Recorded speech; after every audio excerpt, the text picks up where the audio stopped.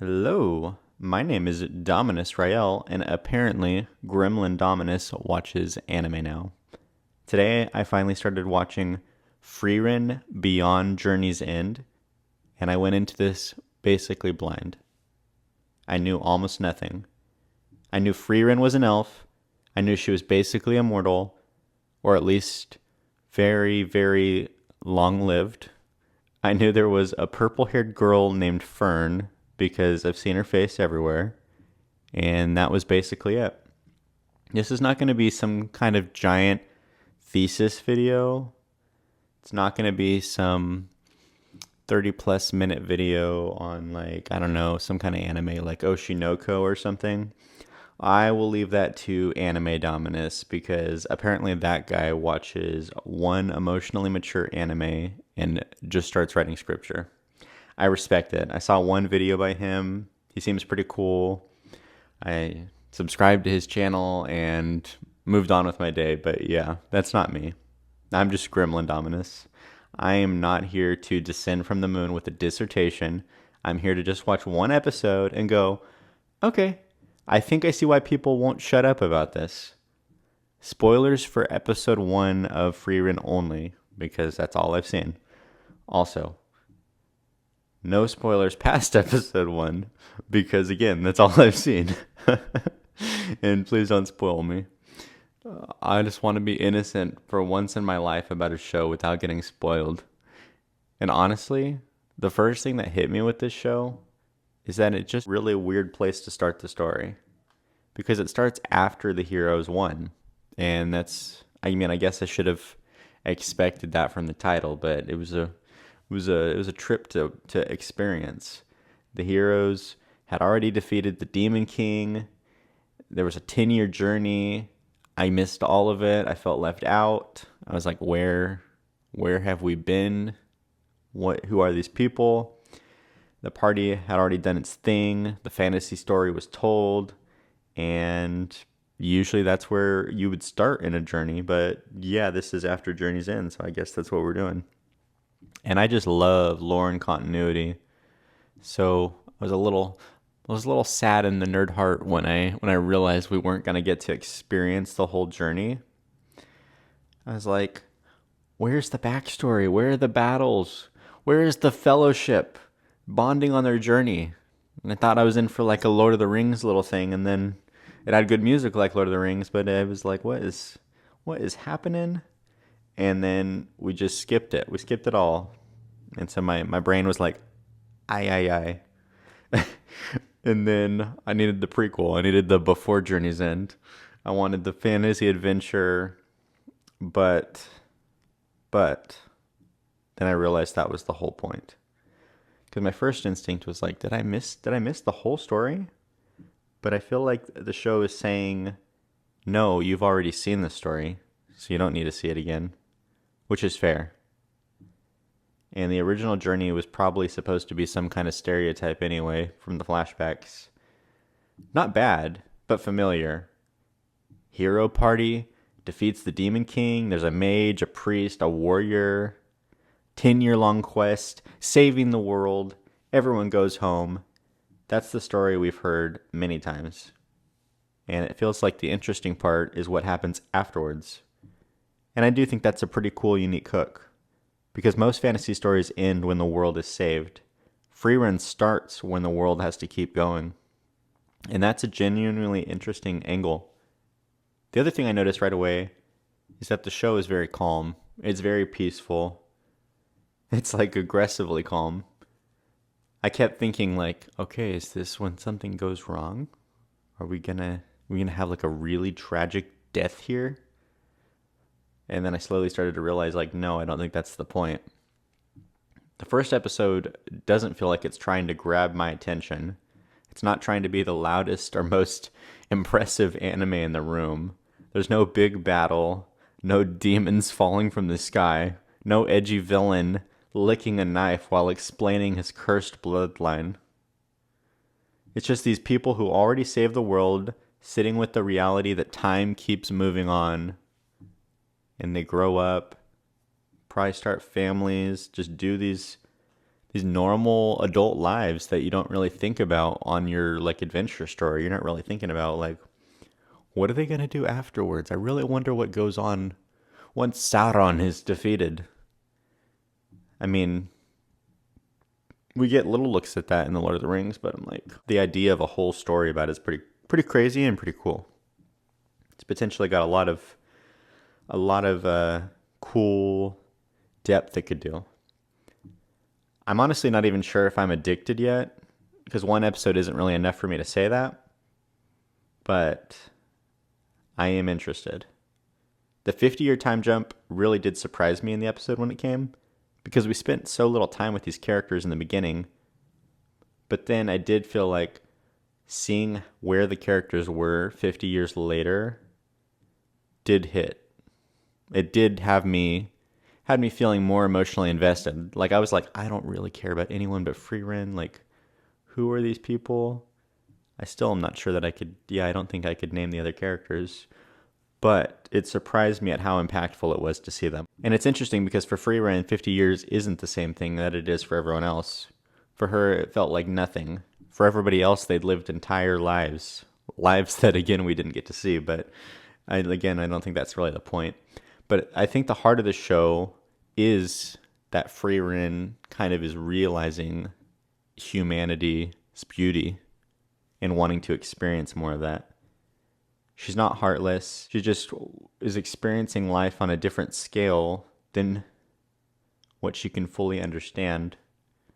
There was a scene at the funeral for her friend where she cried, and it was very sweet. They like patted her on the head, and I think the show has a really emotionally evocative, peaceful potential. Frieren clearly cares about her friends, but she just didn't really understand her feelings fully until the time had already passed. So it seems like she's maybe going to get another adventure, maybe, or she's just going to journey and have no adventure. I'm not really sure. And try to invest in the lives of these new characters. That's kind of my expectation. And I think that's a lot to kind of tackle in one episode, and it's a really interesting, deep idea. And it's not melodramatic. I'm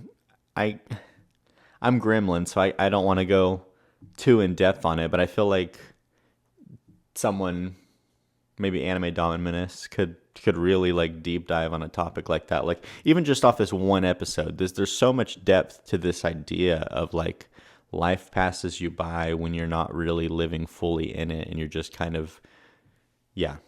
I won't deep dive into that. That's not my style, but it's got good potential. I'm feeling that angle. If that's kind of what it's going for, I'm feeling that.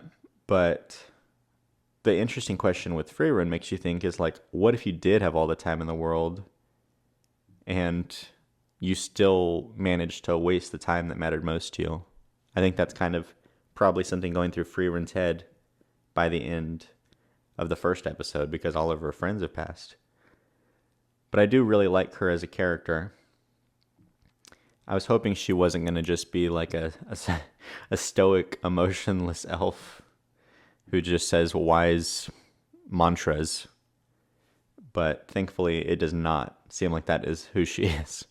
Once I saw her like getting stuck in the mimic chest and all that, I was like, okay, she seems like she could be adorable. I'm here for it. I want like the goofy, socially inept. I'm hoping that's what we're getting from her. That is like what I want. I need the quirkiness. I need her to be a little weird, and not to be some deadpan ancient mage with zero survival instincts. But she can be if she's going to be jumping in treasure chests. That would be entertaining. I could handle that personality. I need the seriousness to be undercut by the humor. And this seems so far like it's going to be like a humorous, but almost like, I don't want to say navel gazing, but like an introspective life. So far it seems like it's going to be like peaceful, zen, and also like looking at the beauty of humanity. I mean, I could just be reading too much into it, but that's kind of what I got. It seems like it's a pretty deep show that makes you reflect on your own life. That goofy side of Frieren really reminded me of Aang, so I kind of would love to see that aspect to her. Obviously not as childlike and carefree, but I think that there's just a lot of fun to a character like Aang. And I think she's still much quieter and more detached, but I like that she's also kind of dumb. Kind of dumb with those mimic chests. I'm like that like we just kept seeing her getting like eaten by the mimic chest. So I hope that we have like that balance of like this kind of philosophical, wise, but has their like goofy tendencies. I think that's always like a great character. But I like that she's like serious, but it's in like an introspective, like meaning driven way. It's not like a boring, she doesn't act like a kid or like a stoic. It's like a nice balance. And even the way you see like her original party treat her is kind of like big brothers. So I think even though she's older than them, she must give off that kind of little sister energy. And I like the idea that this show seems to be about her awakening her own humanity or elfmanity or whatever they're going to call it. I like that we're like learning about human life and actually living it for once. I think it could be something really beautiful and transformative to watch Frieren kind of experience those things and grow. The music was also a major standout. I think I heard some hurdy-gurdy. I was feeling like the Lord of the Rings style music. I was just feeling the fantasy. I was like, okay, this music is good. This is this is some standout anime music. It's not every anime where I'm like every song I'm like, "Ooh, it's hitting. It's hitting." I'm like, "What is this? Attack on Titan?"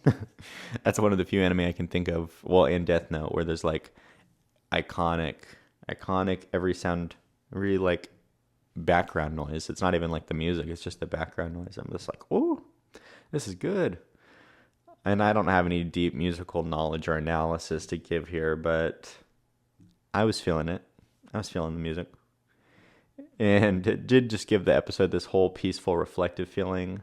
And I think it just fit the series really well.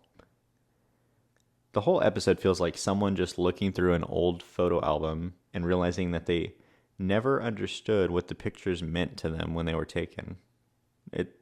It feels like deeply personal, deeply reflective. It's like an old person looking back at their life with regret, but also getting a do-over. And that's kind of something that I'm really interested in. It's a really hopeful, optimistic tone despite that. Might sound sad or melancholic, but I think it could be really good. I'm most curious just to see what the show does end up being. I'm kind of hoping that I'm right about what it is and that it's not going to devolve into something kind of basic or oftenly covered. Because this episode didn't have any traditional conflict, but I think the conflict was kind of within Frieren herself, kind of wanting to grow, being tested. And I liked the idea that she's kind of working with Fern, who's obviously still a little girl at this point. I think that's really interesting. Frieren has like so much potential, not as a blank slate, but as like a closed off slate that hasn't really.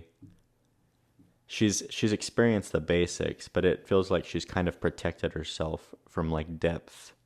So this feels like a round 2 adventure where she can actually get to grow and get to know people. And I mean, there probably should be some villains and some fights, but I think obviously the most important thing should be her expanding her horizons and her love for her comrades and just experiencing this world. And I'll be really curious to see, like, what does a world saved from destruction look like in this, like, post-era time period where, like, obviously J.R.R. Tolkien said, like, eventually the world became dark again because the hearts of men were dark after the Lord of the Rings. He never wrote the book, but he said that was what would happen. So it's kind of like, will a new evil rise? Will it be like just peace times? Right now, it's just kind of a peaceful meditation on life itself, just disguised as a fantasy anime. And I'm honestly here for it. It doesn't make me want to like binge it or anything, but I'm enjoying it. Like I said, it's a meditation. It's like a slower thing. Like Gremlin I don't normally have to like sit and introspect so much. So it's kind of a fun, different feel. It feels more mature, more adult. But it's really just kind of atmospheric. And I feel like that's harder to pull off in a show, but it can also hit deeper when it does. So I'm definitely interested. I liked Frieren as a character. I liked the premise. I liked the music. I liked the emotional idea of starting after the end of the grand adventure and then just asking what that adventure meant once everything's over. It just really feels so contemplative. And I wouldn't say I'm obsessed, but I definitely see the appeal, and I'm curious to see where it goes from here. It might become more dramatic. It might stay quiet. To me, I feel like it should stay quiet for the most part. That's kind of my hope. But I do also want to see Frieren get caught in like 17 more mimic chests. So if we can get Frieren doing some stupid stuff and still get the introspection and the emotional storytelling, I'm here for it. I need a little bit of the fun, a little bit of the cute, and then we can keep doing our deep introspective work. But yeah, I felt like episode 1 was really peaceful. I felt like it was a strong start despite nothing explosive happening. And it definitely made me interested to see episode 2. So yeah, Gremlin has entered the Frieren era. Please pray for me.